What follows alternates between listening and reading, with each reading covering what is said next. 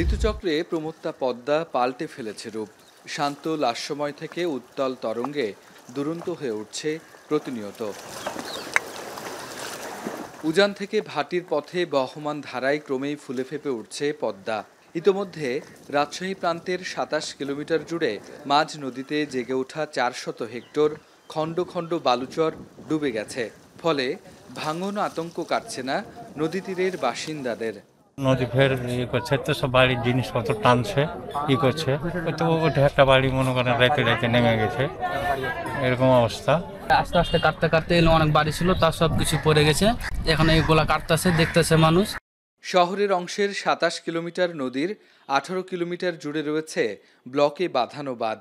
তবে শহরের পূর্ব এবং পশ্চিম প্রান্তের পবা উপজেলার বেড়পাড়া, গহমাবুনা, নীলবুনা এবং চারঘাটের পিরোজপুর, চন্দন শহর এবং গোপালপুর গ্রামের বাঁধের বাকিটুকু মাটির। তাই নদীর পানি বৃদ্ধি পেলেই গ্রামে পানি ওঠা নিয়ে দুশ্চিন্তায় থাকেন স্থানীয়রা। এই জায়গাটা খুব ঝুঁকিপূর্ণ হয়ে আছে। এই জায়গাটা ভাঙতে নদীর ধারে বাড়ি ধরবে অবস্থা। এখানে মানুষের কত ভয় যে বাড়ি ঘর ভেঙে সে নদী চলে যাবে, কিন্তু তারা কোনোদিন এগুলোতে নজর দেয় না। পানি বৃদ্ধিতে বিচিত্র রূপ দেখায় পদ্মা। রাজশাহীতে গেল ২৩ আগস্ট থেকে বাড়তে শুরু করে পানির স্তর। এক সপ্তাহের ব্যবধানে শহরের বোয়ালিয়া পয়েন্টে ১৩ সেন্টিমিটার পানি বৃদ্ধি পায়। আর চাঁপাইনবাবগঞ্জের শিবগঞ্জ উপজেলার চর পাকা এলাকায় একই সময়ে পানি বাড়ে ১৯ সেন্টিমিটার। তবে ২৩ আগস্ট রাত থেকে আবার পানি কমতে শুরু করেছে। তবুও ভাঙনের ভয় পিছু ছাড়ছে না।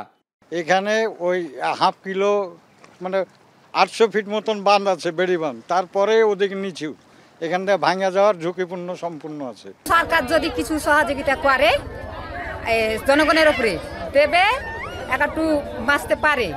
এদিকে নদীর পানি বৃদ্ধির সাথে সাথে চাঁপাইনবাবগঞ্জের শিবগঞ্জ উপজেলার বগলাতলা গ্রামে ভাঙনের তাণ্ডব শুরু করে পদ্মা।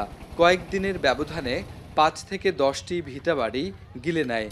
ভয়ে নদী তীরের ২০ থেকে ২৫টি বাড়ি অন্যত্র সরিয়ে নিয়েছে গ্রামবাসীরা। উপজেলা নির্বাহী অফিসার বলছেন, যে কোনো প্রয়োজনে নদী তীরবর্তীদের পাশে আছেন তারা। আর পানি উন্নয়ন বোর্ড জানায়, বাঁধের ভাঙন রোধে জরুরি ব্যবস্থা নেয়ার প্রস্তুতি আছে।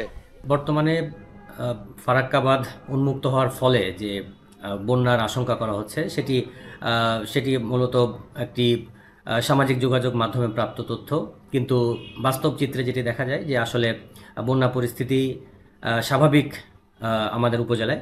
এক্সট্রা পানি এসে আমাদের একটা ফ্লাডের সৃষ্টি করতেছে, এরকম আসলে প্রবণতাটা আমরা লক্ষ্য করতেছি না। আমরা আমাদের বন্যা পূর্বাভাস কেন্দ্র এবং যেই ওয়াটার স্টেশনগুলো আছে, পানি মাপার স্টেশনগুলো আছে, এবং যে ফারাক্কার যে স্টেশন আছে, যৌথ নদী কমিশন, তাদের সাথেও যোগাযোগ রাখতেছে এবং মনিটরিং করতেছে।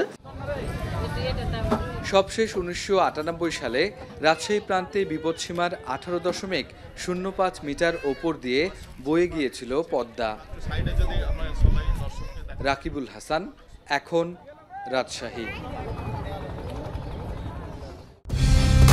কালার এক্সপার্ট, জর্জ স্যাপ এবং মাইল্ড অন হ্যান্ডস টেকনোলজি সমৃদ্ধ অরিক্স ক্রিস্টাল ওয়াশ আপনার লন্ড্রি এক্সপার্ট।